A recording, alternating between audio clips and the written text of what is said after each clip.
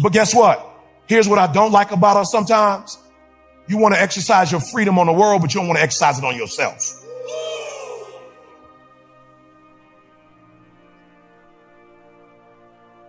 Oh, you'll shut the world down for telling you what you can't do, but you won't say nothing to you when you don't do what you're supposed to do.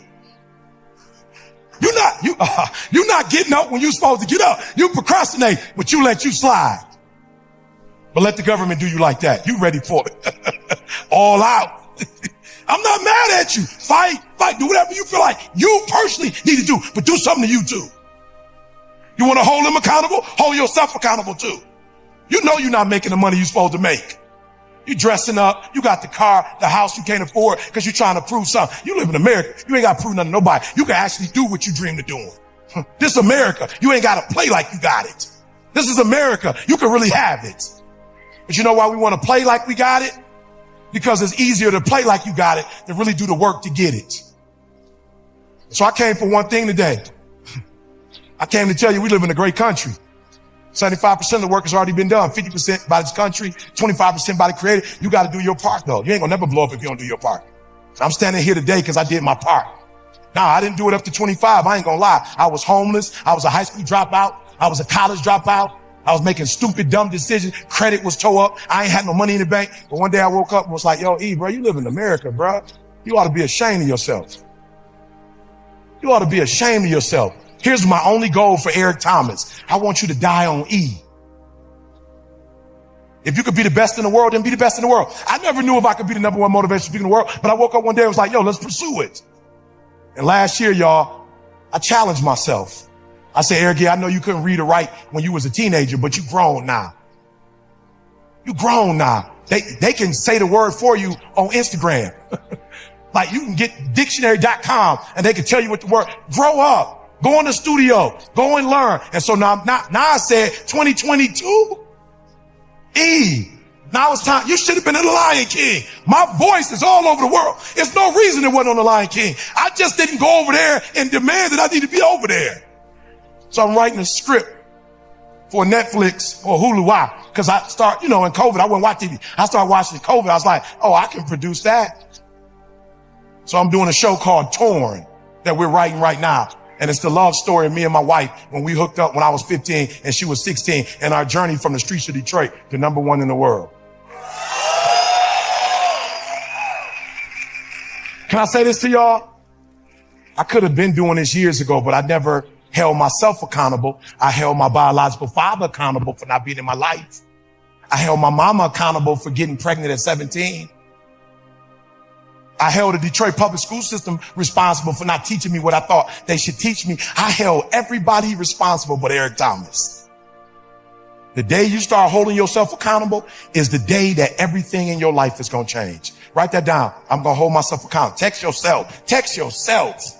I'm going to hold myself accountable. Look, I can leave now. We're going to go through a couple slides, but that's it. If you hold you accountable when you leave, if you discipline you, if you put you on punishment, if you determine that you're going to learn this product, that you're going to learn this industry, that you're going to take everything that you were given and take it to another level, I guarantee you in this country, there's nothing you can't have. I'm hurt. I'm mad at myself because I could have been doing this. So #1, here's what I need you to do. What I want you to do for me is I want you to write the vision, all right, and make it plain. I want you to write the vision, like flat out. There's not one thing I got out. Do y'all know the joy of me seeing a father with his 3-year-old, his 5-year-old, and they watching my stuff together, and little man saying, what up, what up, what up? It's your boy, E.T. You know where I got that from? Michael Jordan. Michael Jordan said he played basketball so well so that wives who didn't even understand the game would come and watch him. And if the wife and the kids came, the whole family would be at the game. He wanted to play so well that the whole family would come out and watch him play. So I said, if Mike could do that, I could do that. Write the vision. What's your vision? A lot of you struggling because you don't even know. You waking up every day with nothing to do. You just getting up. You don't even know what your goals are. You don't even know. Write your vision. Some of you wear stuff. You do stuff because other people are doing it. No, stop doing that. What do you want? In Michigan, y'all, I just moved to Cali, I told you 2 years ago. There was a young lady who came to my house with her mom, and she walked in my house, and she looked at my house, and she was like, no way. Her mother was like, don't be rude, sweetheart. She was like, I'm not being rude, no way. And I was like, what you mean no way? She's like, no way you live in this house. I was like, what you mean by that? She's like, how big is this house? I was like, 2,300 square feet. Like my house in Michigan, you could walk in the front door and see the whole house. She was like, but I thought you were. I am. I am ETDFI preacher. You're right. And I am wealthy. You're absolutely right. But I love this house because everybody here is in the working community. And I love living in the working community. My next door neighbor is a firefighter. His wife is a teacher. I love living in this community. My next door neighbor is a firefighter who cut my grass, who shovel my snow. Anything break in my house, he come and fix it. I can't move nowhere else because I can't find another neighbor like this.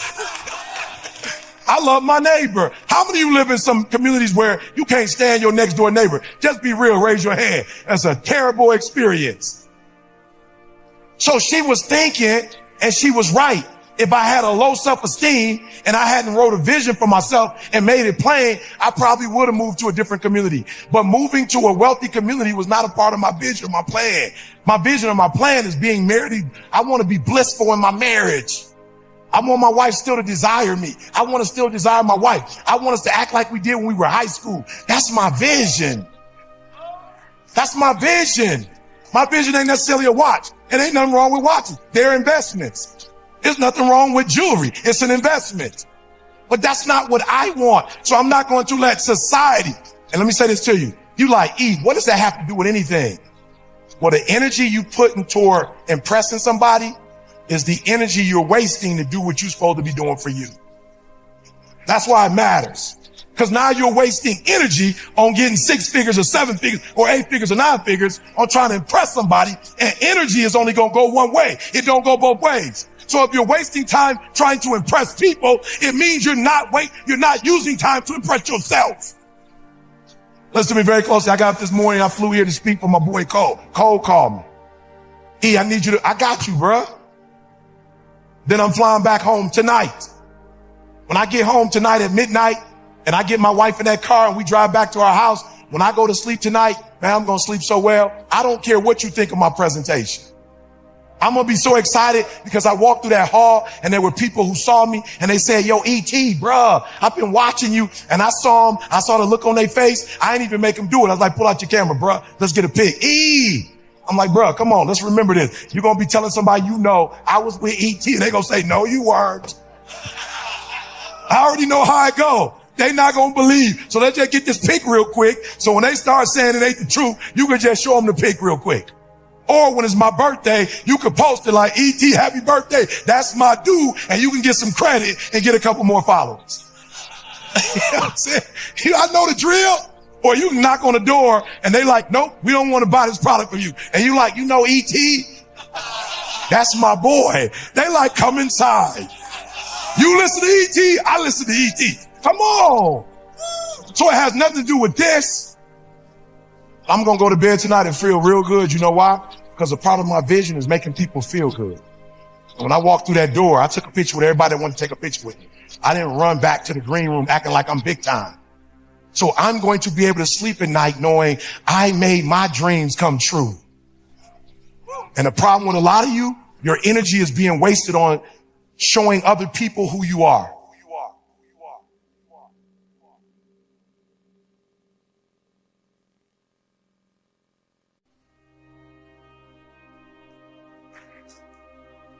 So when I say beast mode, this is what most people think when we say beast mode. As a matter of fact, a lot of people have tattooed lions on their chest. They got them on their arm. They got them all in their house. But what they do not realize is that the lion is really only the king of the jungle because of its physical features. As a warrior, they suck.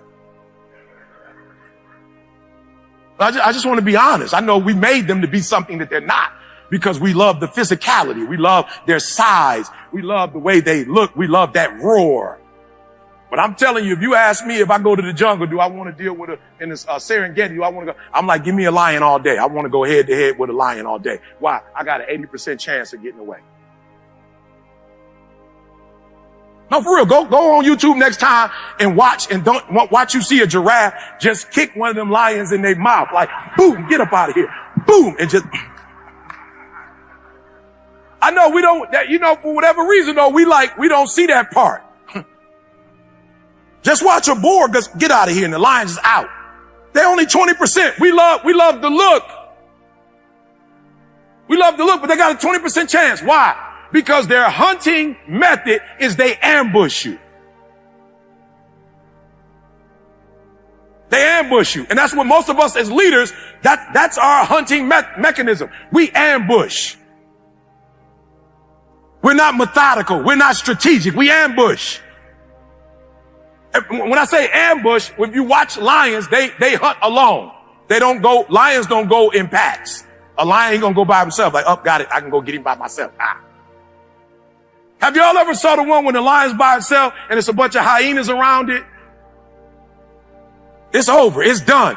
It's not until that second one comes, and really the hyenas could beat two of them. They just mentally afraid. But the one, they about to take the one out. Listen to me. As a leader, you have to do me a favor. As a leader, you have to stop ambushing. As a leader, you have to stop doing the one-on-one. As the leader, you have to stop being in isolation. As the leader, you have to stop thinking that you are gifted and talented in your own self. That's a recipe for disaster. Listen to me very closely. Somebody said to me the other day, Eric, one of these days I'm going to be just like you and I'm going to have a team. But for now, I said, well, you're not going to be like me because I've never started anything without a team. I'm a Christian. I read the Bible. I ain't never done nothing by myself. That's not biblical. No, what you're saying is that when you get to a certain level as a leader, then you're going to find your team. I'm telling you, you didn't get that from me. I don't even start without a team. I never started any work that I've ever done. Ask Judith, when I came here, I had a squad. I had a team. They came with me. How much we getting? I don't know. We might not be getting nothing, but come on, follow me anyway. Something dope about to happen. And it's not going to happen if y'all don't come with me. If I have to go by myself, it's not going to happen. But if y'all come with me, there are those of you who are working on your talent. You're working in your gift. You're working by yourself. That's not biblical. Jesus when he started his ministry, he started with 12. And I don't think none of them, not to be disrespectful, I don't think none of them was on his level. Because I know what you're thinking. I'm by myself because they ain't on my level. I can't find nobody as dope as I am. I can't find nobody, who can help me with the vision. Like they're not where I am. I don't know how I'm going to find them. Last time I checked, he said, Elijah, you ain't the only one, bro. There are 7,000 others who have not, you're not by yourself. No, I know you think you got it going on. I know you think you're the only one that stood up for me. No, I have 7,000 others who have not bowed down to Baal. You're not the only one. And I'm telling you in this room, you are not the only leader. You are not the only intelligent one. You are not the only one that can move the crowd. You're not the only one that can help the vision and the mission. If Jesus, being who he was, had 12. I know them jokers wasn't on his level. One of them wasn't even a real brother. One of them was an enemy. Are you listening to what I'm saying? He had an enemy on his squad. You talk about haters. He had a hater on his squad. Why? Because he knew that hater was still productive in moving the mission. You talking about they can't be on my squad, they haters. Some haters have a purpose. Some haters have an assignment. Let them on the squad. Some of them haters can move your company in a way that people who love you and support you and are loyal to you can't help you move it. But they loyal. This ain't no picnic. This ain't no family reunion. We have a mission that we're trying to accomplish. We have money we're trying to raise. And Jesus knew that even though Judas was a hater, financially he was better than everybody on the squad, and he could move them financially in a way that nobody else could move them. And didn't get rid of them until it was time for him to die. Oh, y'all missed what I just said. He didn't even get rid of him until it was time for him to leave. Because he needed him economically.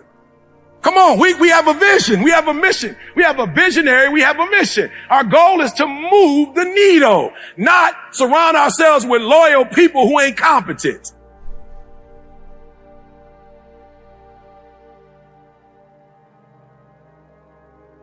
What